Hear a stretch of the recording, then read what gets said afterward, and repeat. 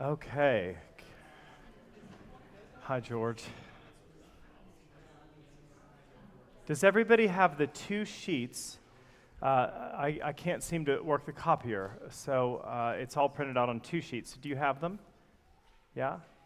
Okay, Ella has them. Ella, we have some folks in the back. If you could.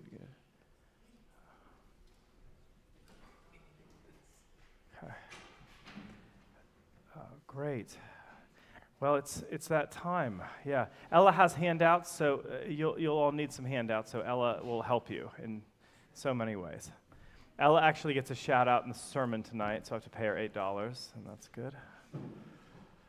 Yeah. Wonderful. So let me tell you about my goal for this time, and then I will pray, and then we'll see what happens. My goal for the class, and it'll be a 2-session class, so today and next Sunday at 4, and I'm hoping to communicate two things really. One is to summarize the high points of the sabbatical itself, just so you get a flavor of what, or a sense of what occurred. And then I want to talk to you about the existential gains.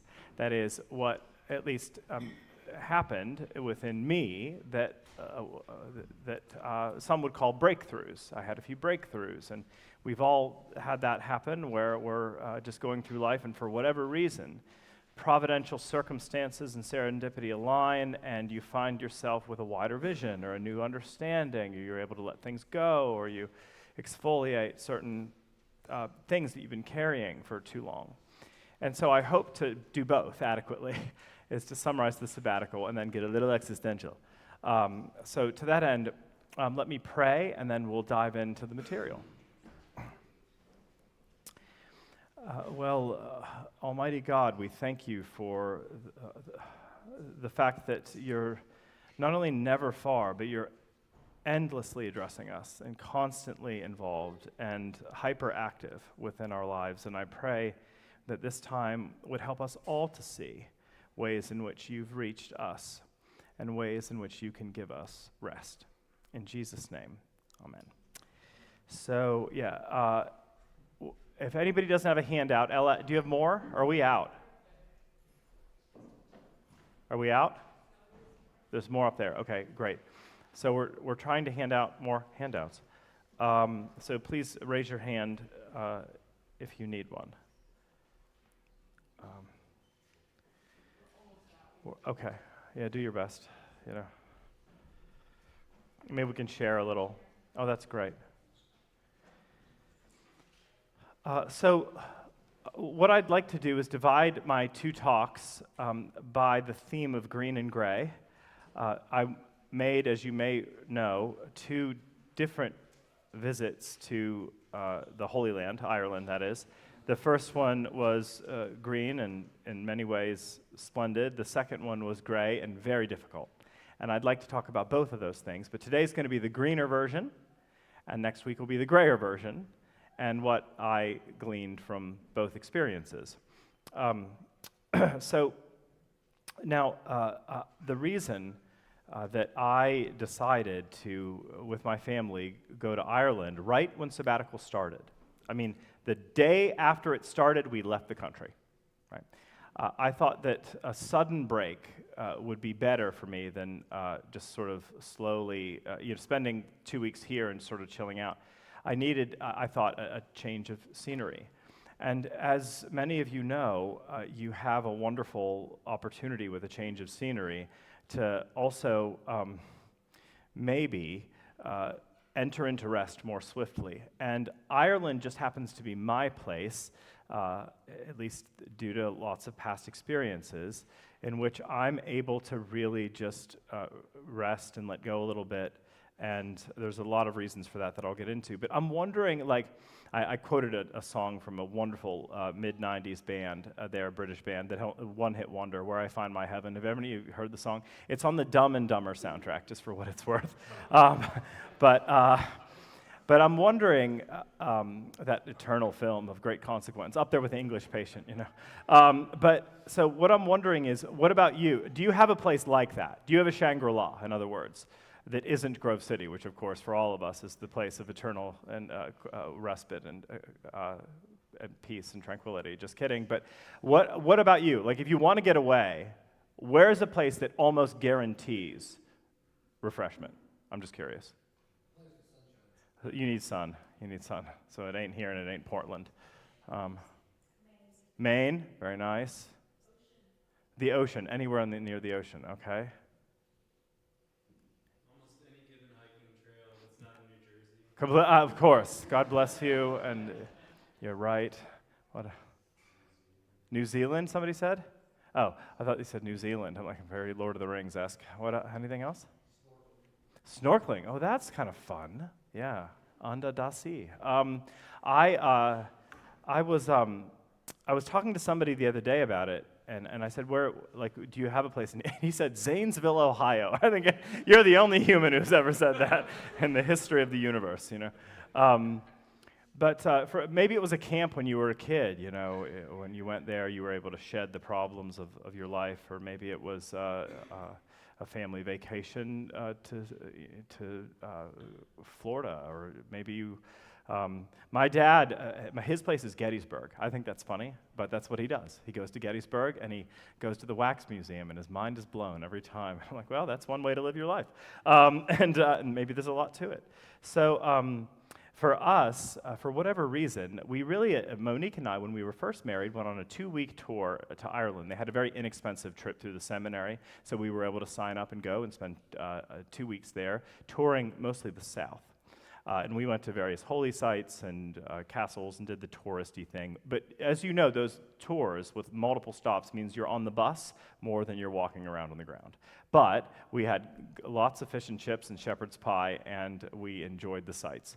In fact, so much so that 10 years ago, a friend of mine said, you know me mentioning her because you've heard me mention her because she's very close to us, but she's also Avelina's godmother. She's a retired Episcopal priest that's interested in joining the ACNA, but her name's Janet, and she lived part-time or part of the year in Ireland because her family had a house there, and said, look, I can get you a very inexpensive place here to stay if you're interested. So 10 years ago on that sabbatical, we went. We spent about 3 weeks to a month, I don't remember, in Ireland, and I didn't have a car at that time in that country. I was afraid to drive on the other side of the road, or as Americans say, the wrong side of the road. They don't like that over there, but the assumption of their traveling error. But nevertheless, I went there for several weeks and really enjoyed the atmosphere, the people, the culture, the food, the music, the art, the whole experience almost felt heavenly to us. And so when we were thinking about this sabbatical that the church graciously gave us, we thought, why don't we go back? We know the culture, we know the place, Janet's still there, and now we have a house that's free. And so we could really settle in for a month and break away. We didn't have Wi-Fi for the longest time there, and we were able just to really enjoy that atmosphere. And so Monique and I have been there 3 times, and we've really benefited from every visit. And also we had a friend who was there who made that place familiar. And she could show us where to eat, where not to eat, the best sites to go to, the non-touristy things that you really ought to see that very few people know about. We had a friend who was able to bring us into that loop. And so we stayed this time in what's called Portneuf in County Donegal. So that's in the Republic of Ireland, so not Northern Ireland, the country, right? North in the Republic. And in this little peninsula county, there's this little harbor town called Portneuf, and it's incredibly beautiful. It's in the middle of what they call Gaelic territory, which means their primary language is not English. So everybody speaks Gaelic unless you're around, right? So if you're an American or you're Brit, then they'll switch. But everybody is raised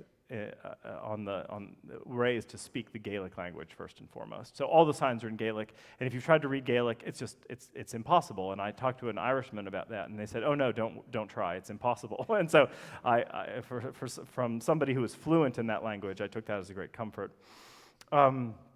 So in County Donegal, the sheep outnumber the people. It's a very rural kind of community, and lots of little tiny villages everywhere, and incredible terrain that ranges from marshlands, where there are more mosquitoes than you could ever imagine, and what they're called midges, which they're tiny. They're about a fifth the size of a mosquito, and they just bite you constantly, right? So that's the marshlands, and then you can travel all the way up to the mountains.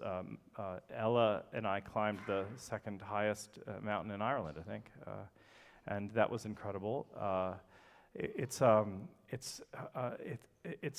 almost feels like most of the county is untouched by a human presence. You can really have a sense of isolation and sort of leaving a kind of a more frenetic life behind.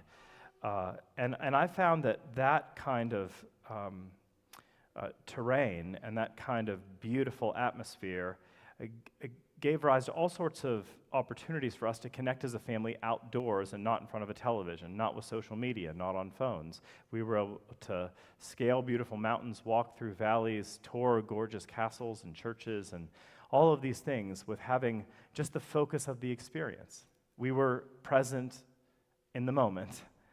And it was at that point, in the midst of all this beauty and all this fresh focus on beautiful things, that I thought to myself, I don't remember the last time I was awed like this. And it's not because I'm not surrounded by beautiful things. It's because for the last however many years, maybe forever, I've been so distracted by all sorts of things. And I suppose I could blame technology. I could blame Instagram or something, I suppose. I could blame ministry, because ministry is really somebody said, well, what's your average week look like? I'm like, what's an average week? Not because I'm not complaining. It's just like every job has its different rhythm, and ministry is just a crazier rhythm because you don't really know. I mean, you think Tuesday is going to entail these 3 meetings, but one of them cancels, and then you have 2 emergencies, and then there's 8 phone calls you didn't plan on, which is fine. It's just you never know. And so ministry is full of like the opportunity to embrace distraction, especially, for example, if you're a person that would rather be distracted than face other things in your life, right? Potentially. I don't know who those people would be, but that could be someone. So when we were in the midst of all of this peace and tranquility, I just noticed the beauty of real, loving, intimate connection with people that you care about. It felt new because there was nothing else to do. And that was an enormous gift that I took away from that time. And I'll be speaking about that a little bit later. But the place was given to that because it was so kind of barren of the enticements and escape mechanisms that we often have, or at least I often have here. I'd also like to just mention something about Irish spirituality just for a minute, because I found it really fascinating. So they have what are called holy wells all over Ireland. Holy wells are just sacred sites that were created by people within the early Christian communities, often missionary communities in Ireland. And so there are lots of them all over the countryside. They have signs everywhere pointing them out. We happen to live right next to one. So I went to many of these, and some of them are more noteworthy than others, but ours was very cool. So at Port New, there is so it's a port, but in the middle of the port is an island. That island has a land bridge, a sand land bridge, 1 hour a day. So if you time it right, you can walk across this little land bridge to the island and look around. And there's an incredible holy well there that was founded by this guy named St. Connell, which is such an Irish name, St. Connell, in the 6th century. And they still have the ruins of the church that was built. Interestingly enough, St. Connell chose that island with a land bridge that only appeared once a day for an hour because he was a hermit and was trying to get away from everyone in the world. And anybody who's an introvert like me, you wish that it may be a quarter of the time that you were a hermit.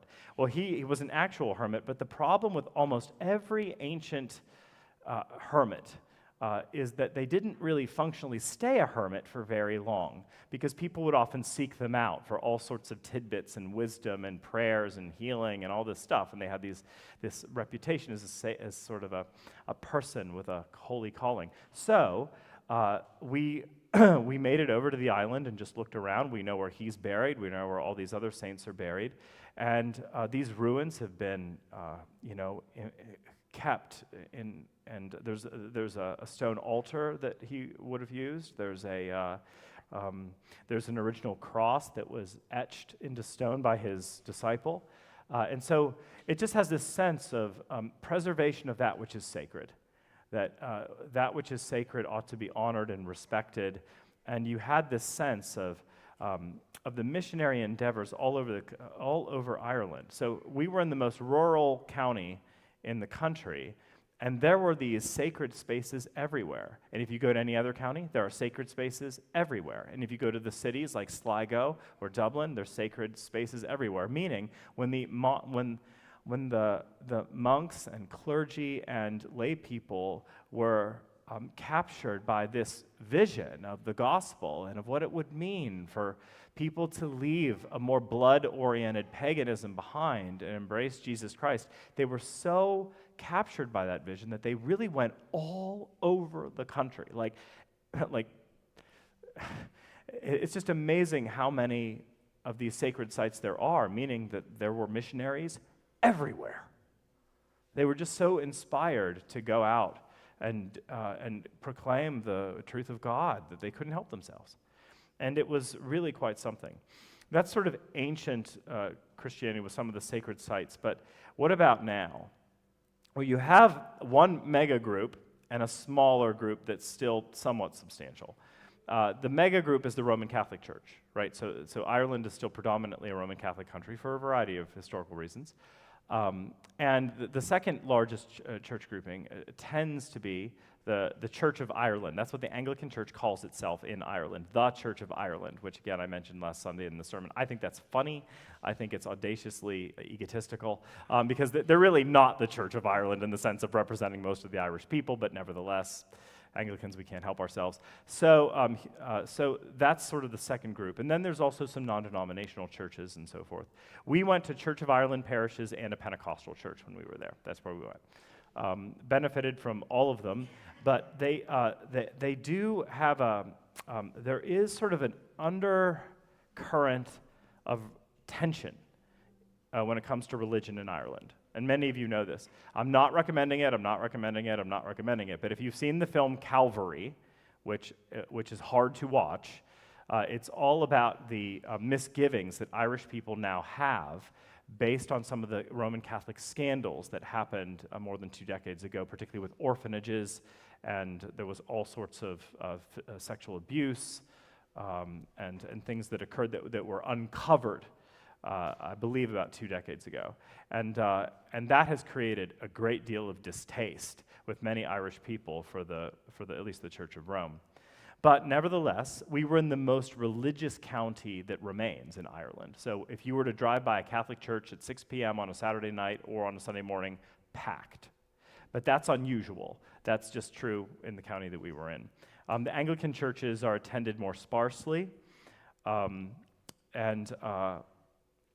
there's all this history that I learned about the difficulties between Catholics and Protestants, even within that section of Ireland. Now, maybe some of you remember, some of the music of U2 was founded upon or written by or inspired by the tensions of Northern Ireland, the country, particularly Belfast, where there was a great deal of violence between the NRA and the Orangemen, or the Catholics and the Protestants there, right?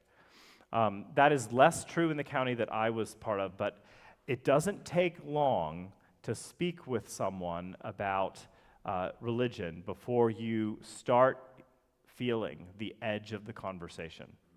Now, part of that is because there's a great deal of distaste between Ireland and England that I just didn't know about. But so, for example, if you go to a pub, the music's all charming and Irish and fun until 10 o'clock at night, and then they start singing about how much they hate England. And it gets really dark really quickly.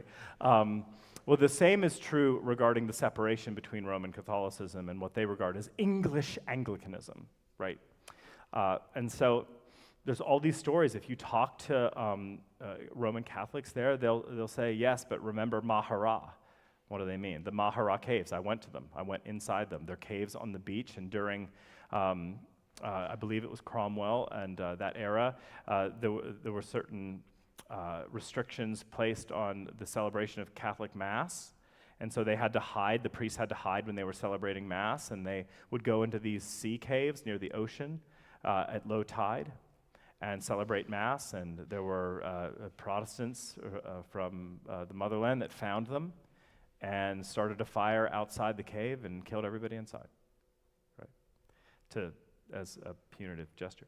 And then you could find similar stories about Catholics that were drowning Protestants in the ocean, right? So with a country with a long history, particularly a long history with Christianity and complex political relations, they still feel it. And I found that interesting. Here's what's also fascinating. The people that burned out with Christianity, that saw what occurred in the Roman Church or other communions that really made them second-guess Christianity, they didn't necessarily become irreligious. There's a lot of sort of guruism and even witchcraft and lots of kind of earth-oriented druid-esque neo-druidism that is resurfacing in Ireland, which is interesting. So you can find very sophisticated people that will talk to you endlessly about, the deepest subjects of politics or law or philosophy, and then they'll pray to crystals, right? But you would maybe assume that people, when they're burned out with religion, just become atheistic or anti-theistic. That's not what I saw.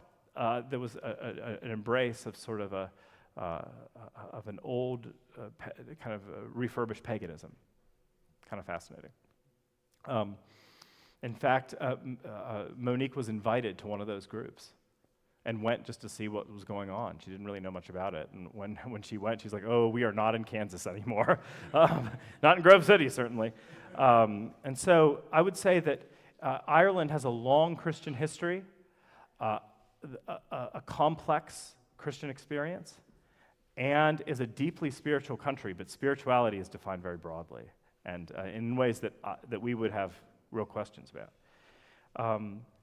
Now, I just wanted to talk a little bit about the value of just sort of Sabbath living or sabbatical living, because what I discovered when I was on sabbatical, just to share with you candidly, is I discovered sort of a well of guilt within, that I was experiencing something like this, where I could be removed from my labor and my circumstances to do all sorts of reflection and to write, as well as process the last 10 years and so forth. And I thought to myself, and I still believe this, everybody not only deserves one of these, they need one. I mean, everybody. You all deserve more than one. And I felt very privileged to have one.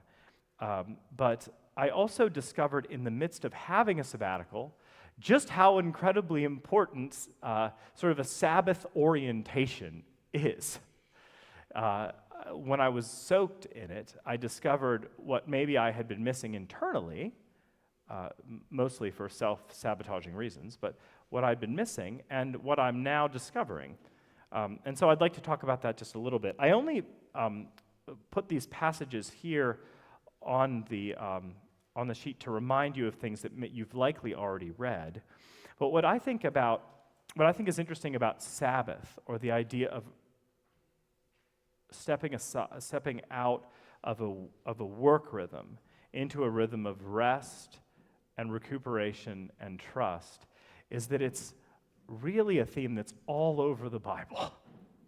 I mentioned 3 of the key passages, but it was established in creation, it's present in biblical ethics, and it's a very picture of an eternal heaven.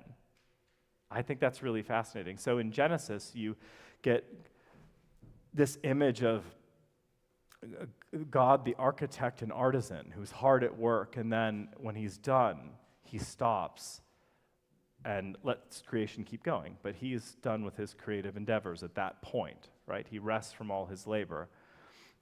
That was so fascinating for the ancient Hebrew people, and they found it so inspiring that it works its way into their ethics. It's the longest commandment in the Ten Commandments.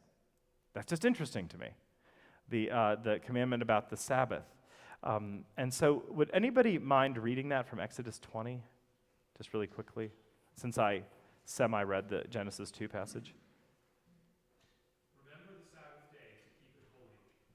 6 days you shall labor and do all your work, but the seventh day is a Sabbath to the Lord your God.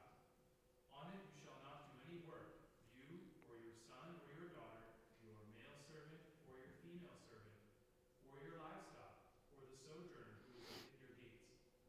For in 6 days the Lord made the heavens and the earth, the sea, and all that is in them, and rested on the seventh day. Therefore the Lord blessed the Sabbath day and made it holy. Thank you. What do you think is fascinating about that commandment? I think so many things are like grabby, really stand out as just incredible. Like if I had to write a commandment about it, I wouldn't have written that. It's interesting. It's much more interesting than I would have come up with. What grabs you? Animals are included. Isn't that interesting? Yeah. Remember the Sabbath day? It's not create one for yourself, but this thing already. Yeah. It predates you. Yeah. It's primordial. Yeah. What else?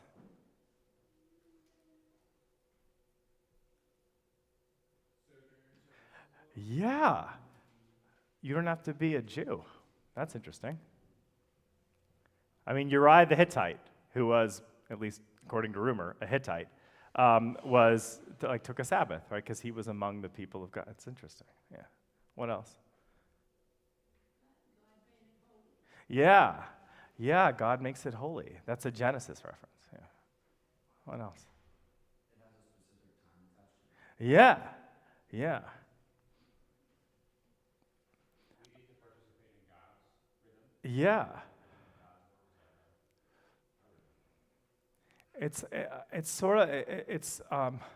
It's God's way of honoring our limitation in humanity. Because if you didn't have this, I think if you didn't have a structure like this, and you only worked and you only labored, you might wither more quickly than you'd assume. And some of you have done this, by the way. Like some of us have done this because you were functionally not resting for years, right? Especially when you have teenagers. You're just going constantly. And you're driving, you're an unpaid Uber driver, and that's all you do. Or when your career is new, and you're trying to really establish yourself. And when I first started ministry, I had a very a serious guy, because I mentioned, well, I think I'm going to take this Saturday off. And he's like, Ethan, it's your first 3 years of ministry. You should never take a day off. I'm like, oh, okay. That was nice to hear. So, so there's this sense of within Israel. Now, I'm not saying that commandment as it existed for Israel is exactly the same for us. I'm just saying that was the ethic that was given in Exodus 20. And then it's a picture in Hebrews 10. The author, whom we don't know, gets a little eschatological. He looks to the future. And Pete, could you read that for us, Hebrews 10? Therefore, while the promise of entering his rest still stands, there remains a Sabbath rest for the people of God. For whoever has entered God's rest has also rested from his works as God did from his. Yeah, so it's interesting, like when the author of Hebrew, there's a lot of imagery about what heaven or what the next step is going to look like. But what he chose is it'll be like the everlasting Sabbath of God. It'll be now where you rest from all your labors. It's a time of full recuperation, non-agitation, no cursed labor, right? That's fascinating. So it's there in creation. It's part of the ethic of the Bible, and it's also in a picture of heaven. And I was thinking about that a lot when I was away, because how hard is it for you to shut off? I mean, to really set aside the cares of your own heart and soul. I mean, how hard is it not to check email, or every time your phone slightly budges on a dresser because it's vibrating because somebody emailed you or texted you? I mean, I'm drawn to that like a moth to a flame. My inclination is, I wonder what's wrong now. How do I solve it? What is happening? And it becomes this overwhelming draw. And if you keep going there, or if the phone is put away, but your heart, it just simply weighs on you constantly. I wonder what's happening with this. I wonder what he is thinking. What is she saying? How are we going to move forward? It can be a very crushing thing where it feels like you're not at rest. And so I was thinking about a Sabbath-oriented life, because I knew, as much as I want the church to extend my 4-month sabbatical into maybe a 4-year sabbatical, something really nice like that, they probably won't. And because they won't, I wonder, is there anything from this Sabbath experience that I could bring with me so that from now on I could have a more Sabbath-like orientation in general? And I did find some things that have been really helpful, and so I wanted to share those with you. But these are a few things I've learned, and then a few things that I've done. So a few things that I've learned. We are meant for both abiding as well as fruitfulness, or rest and work. Do you remember Jesus says this? He's about to offer his life on the cross, and before he does that, he talks about the vine and the branches. And he says, I want you to abide in me, and apart from me, you remember it? You can do nothing. But if you abide in me, you will, offer much fruit, or you will bear much fruit, right? There's a sense of you have to sort of rest in Christ in order to engage in a healthy and productive way. But the Bible entails both. That's why it's 6 days you shall labor, but not that other day. There's a sense of both. And I think for some of us, that's difficult, because we often see our value only in terms of what we can produce, manage, oversee, correct, run, And when we step away from that, we almost feel like we're failing somebody or failing ourselves. But we were meant for both. In fact, rest is a prerequisite for your humanity. It's not a luxury. I know so many mothers that feel terribly guilty when they take a day off. So many fathers that feel awful when they can't sort of engage with time away in a serious way, because they feel like they're letting their company down. They're not being the productive man that they ought to be. But I simply want to assert, as Scripture does, that rest and recuperation and the Sabbath orientation is part of what it means to be a person. It's in creation. It's not a luxury. It's not us pampering ourselves. It's part of what it means to really live well. Also, I think this Sabbath-oriented life, which has rhythms of rest, helps us recognize our non-godness. That's my clumsy way of saying our creatureliness or our limitedness. So many problems stem from that ancient Edenic impulse of Genesis 3. Remember, the fall in Genesis 3 was an upward fall for near deification.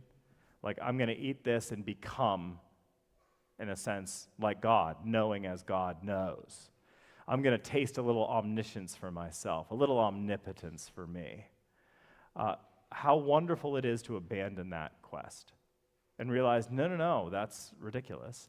And I'm only a creature, and it's wonderful to be a creature. But to be a creature means to embrace creatureliness as well as limitation. I can't do everything, and I can't be everything for everybody all the time. And if they're mad about that, then I guess they're mad about that.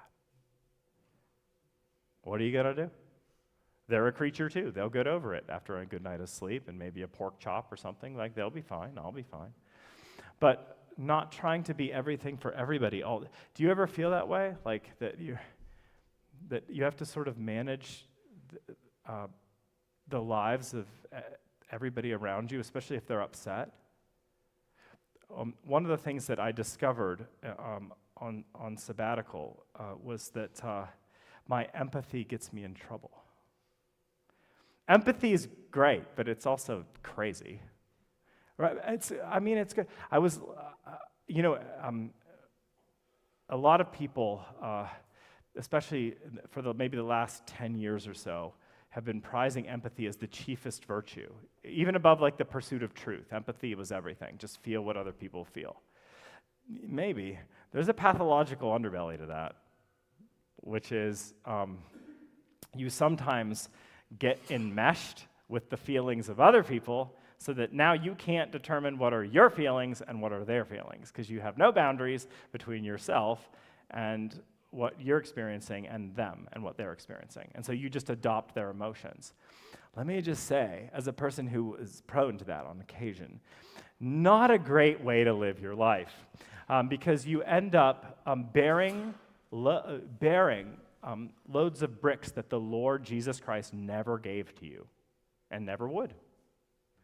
But in other words, hyper empathy is about you trying to manage and calm the emotions of everybody around you. You're now the custodian for everybody else's subconscious. And that task was not given to you, right? Because that makes you sort of a little demigod. I mean, imagine that. Like, we do pray that the Lord would change people's hearts. That's wonderful. But I never pray, Lord, help Ethan to change people, because that's insane, right? Because that puts you in a place of near omnipotence, that you have enough power with the right words and the right conversation at the right time that you're able to completely solve a person's problem. Well, I learned that on occasion, I'm given to that kind of energy, that kind of dynamic. And that's not been healthy for me. But I learned that through resting and caring for myself, realizing, no, I have feelings that are important. They have feelings that are important. They're just different. Some people call that differentiation. I think that can be helpful. Yeah, I'll get to that because I have some thoughts about that. But yes, it's very easy, at least for some of us, to fall into that. Also, let me say, a sabbatical honors our bodies, minds, and hearts. It's a way, Sabbath living is a way of saying that all of my capacities as a person have a eventual probability of burnout if I don't care for them, right? Some of you know this because you've hiked. I did a hike 2 days ago that was about 12 miles. I did a loop. By the 9th mile, I'm like, this was a bad idea, because I am not 24. Even if I was 24, it would have been probably a bad idea. But you were not meant to constantly thrive without rest, right? Your intellect is not.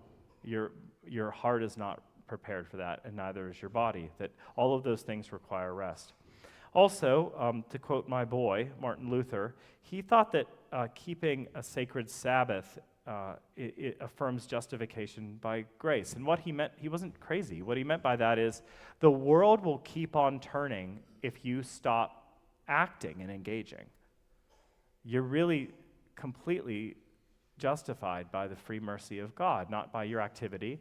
And Sabbath gives you an opportunity to experientialize that doctrine, like to really rest. And as you rest, you'll begin to see that things do keep happening without your watch. Like Christendom would not fall if I step away. Things will be fine. Things might even be better. You know what was cool about what I learned about my sabbatical? I mean, I missed you all. Hopefully, some of you missed me on occasion. But what I learned about the staff and what was happening is there were all sorts of wonderful new things that were coming to the fore in the staff, and new gifts and skill sets and capacities and ministries and interests, because I wasn't here. Because they're like, well, and it wasn't sort of the rector's away, the mice will play. It was, well, we've been doing this for a while. Some of these things don't really work. Let's see if we can, change it a little, and maybe that'll improve things. And you know what? It did. And that was the gift of sabbatical. Other people's gifts shone and things like that. Also, it births creativity. Some of you know that I'm not a great artist, but I like art. I've always liked painting and drawing. But in ministry, I just didn't make enough time for it. One of the great things about sabbatical was all that creative energy came back to me. And now I'm painting all the time. And that's been a wonderful gift to me. And also, I got to write about 40% of this book on church planning. I'm still waiting to hear back from the editor. I hope he doesn't hate it, but we'll see. I gave him the first 40% because I thought, if there's going to be a problem with this amount, I'd rather you tell me now rather than write the whole thing and have to scrap it. So, but I was able to write because I was freed from mental and psychological clutter. And so I felt inspired. Rest can do that.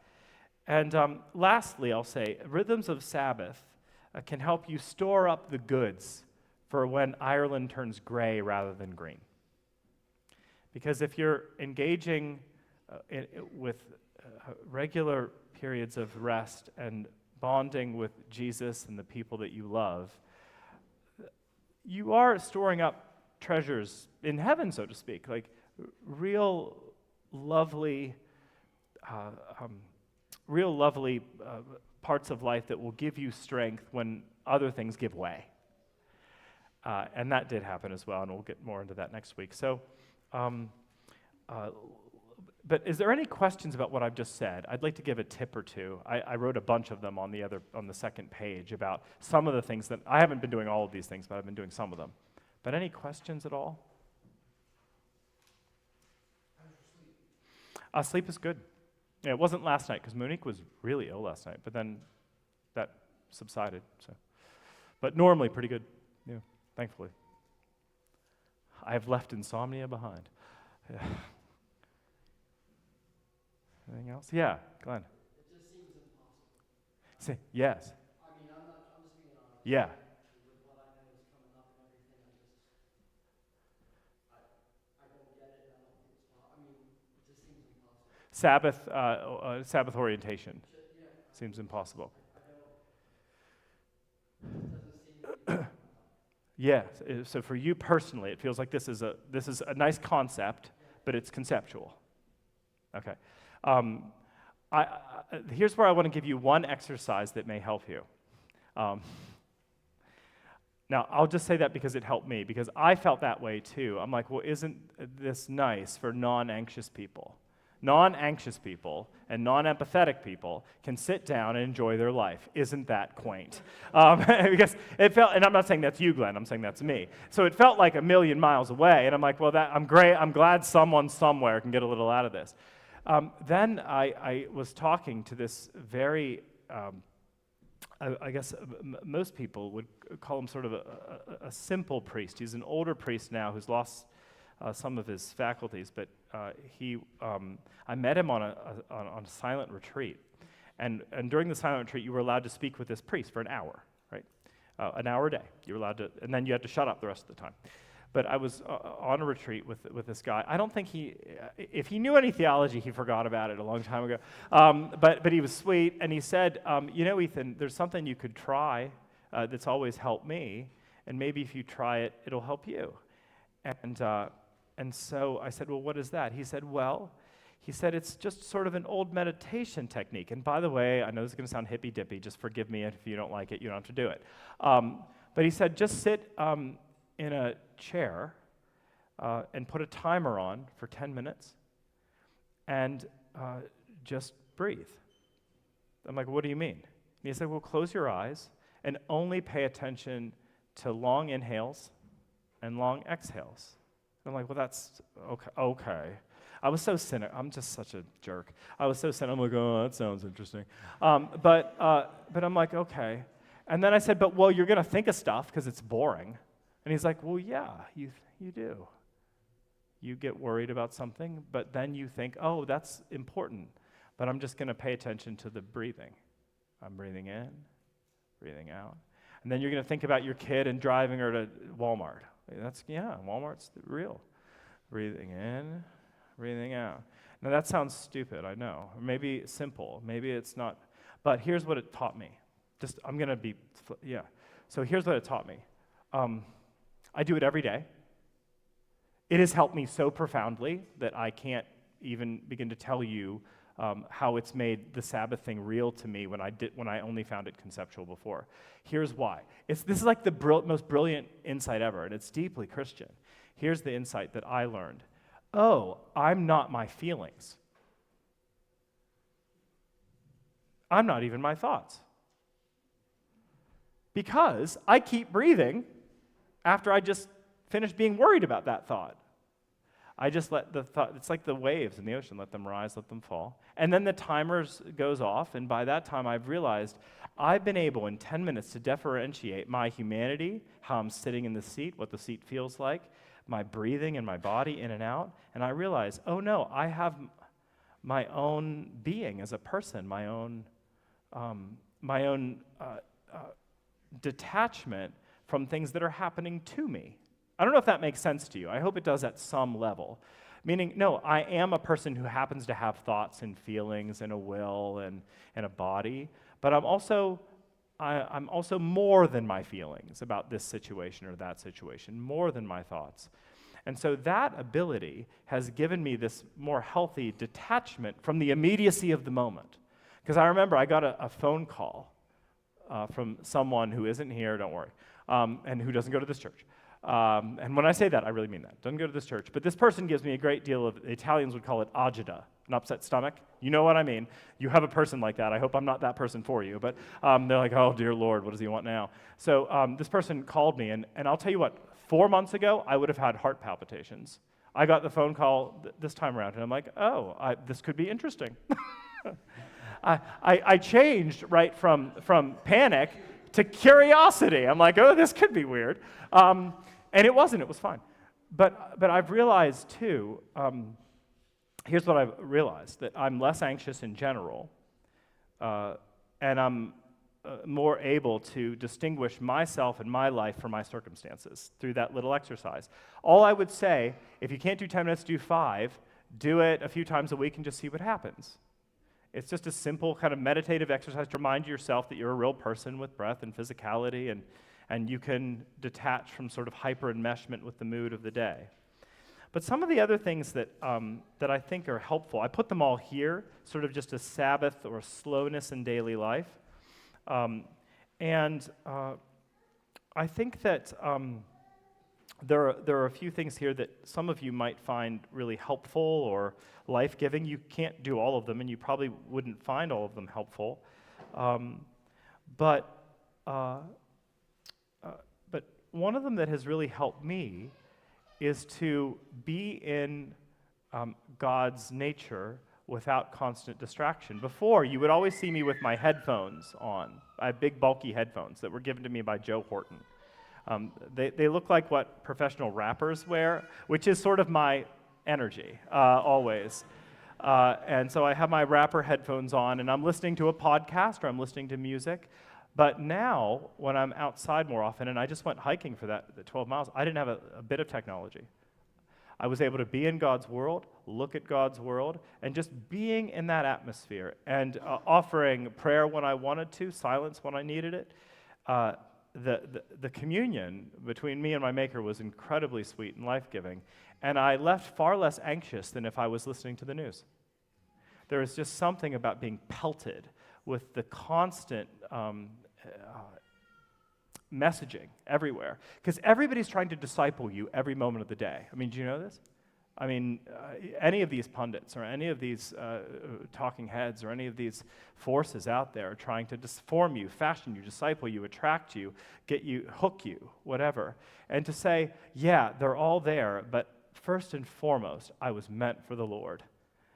And bonding with the Lord is going to be far more advantageous for my own humanity than any of these other lesser lights.